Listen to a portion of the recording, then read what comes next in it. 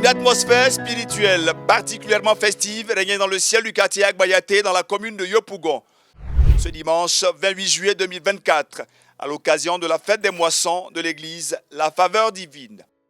La célébration de la récolte glorieuse qui était à sa 7e édition fut un moment de grand rassemblement pour les fils et filles du prophète Kwao Edouard. Venus des 4 coins de Yopougon, ils étaient plus de 350 à honorer de leur présence ce rendez-vous divin.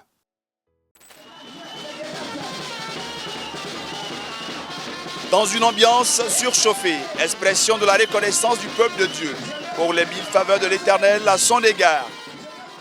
Le leader de cette église, fondée en 2017, sacrifie aux obligations protocolaires. Allocution d'ouverture et introduction inspirante du prophète Abraham Dahi, fondateur de la mission mondiale Vérité et orateur spécial à ce festin. Il y a des choses que tu ne dois plus demander, mais elles doivent courir jusqu'à toi. Venir jusqu'à toi. Je prophétise sur la vie de 17 personnes. Car vient de se voir. La gloire de Dieu tombe dans ta maison. Et que tu expérimentes une visitation insolite depuis le ciel. Dis le meilleur de ton amen. Et que cette parole s'accomplisse dans ta vie. Dans le nom de Jésus de Nazareth. En référence au thème général « Et tu me l'apporteras », fin de citation, extrait du livre de 1 Roi chapitre 17, verset 14e.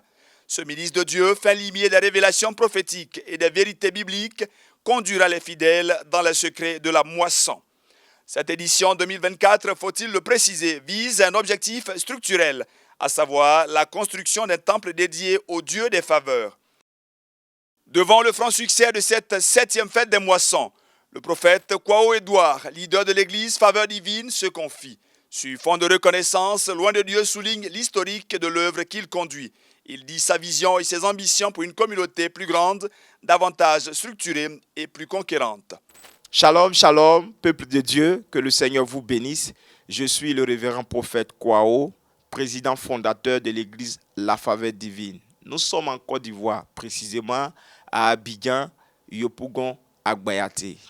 Nous bénissons le Seigneur qui nous donne de célébrer la 7e année de notre fête de moisson. C'est une grâce énorme. Bien-aimé, la fête de la moisson, c'est un moment, un temps où nous venons rendre grâce à Dieu pour tous ses bienfaits. Bien-aimé, le chiffre 7, c'est le chiffre de la perfection. Et nous rendons grâce pour les bienfaits de l'Éternel. C'est un moment où chacun apporte pour dire merci à Dieu pour sa vie, pour le ministère et pour l'œuvre. Alors, notre objectif principal cette année, c'est la parcelle. Nous avons une parcelle de 400 mètres carrés et qui a un coût de 15 millions. Donc, nous sollicitons toutes les bonnes volontés qui vraiment aiment l'œuvre de Dieu de nous soutenir. Que Dieu vous bénisse, que sa grâce soit sur vous, que Dieu bénisse Miracle TV qui nous visite ce matin. C'est la joie est immense. Après un office de haute qualité, fait de profondeur et de puissance, l'orateur du jour, le prophète Abraham Dahi, a relevé l'importance de l'institution céleste qu'est la fête des moissons. D'abord, je suis impressionné, non seulement par l'accueil, par la beauté de l'événement et par l'engouement du peuple de Dieu. Je suis très honoré pour la vie du révérend prophète Kwao, son épouse, tout le conseil qui a bien voulu m'associer à cet grandiose événement. C'est moi qui suis plutôt privilégié de l'avoir connu parce que c'est un lion.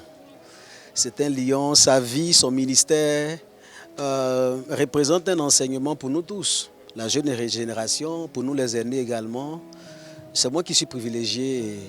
Effectivement, c'est depuis les années Campus de Cocody qu'on s'est connus. On a bossé ensemble. Lorsque l'église est arrivée à Bonoumé, après avoir connu la délocalisation, il a fait partie de l'église jusqu'à ce qu'il vienne à Yopougon pour démarrer cette belle œuvre. Aujourd'hui, je ne peux que bénir Dieu pour ce qui est en train de se faire. Je suis convaincu que le reste sera extraordinaire. Voilà, Dieu veut que son église soit bâtie, Dieu veut des hommes et des femmes qu'il va positionner dans une dimension inattaquable, intouchable pour faire mieux. Pour faire mieux, pas pour l'église de la faveur divine, mais pour le royaume de Dieu. C'est beau de voir les enfants de Dieu milliardaires, multimillionnaires, être élevés dans la société à différents postes de décision. C'est beau. Et ça, c'est ma prière.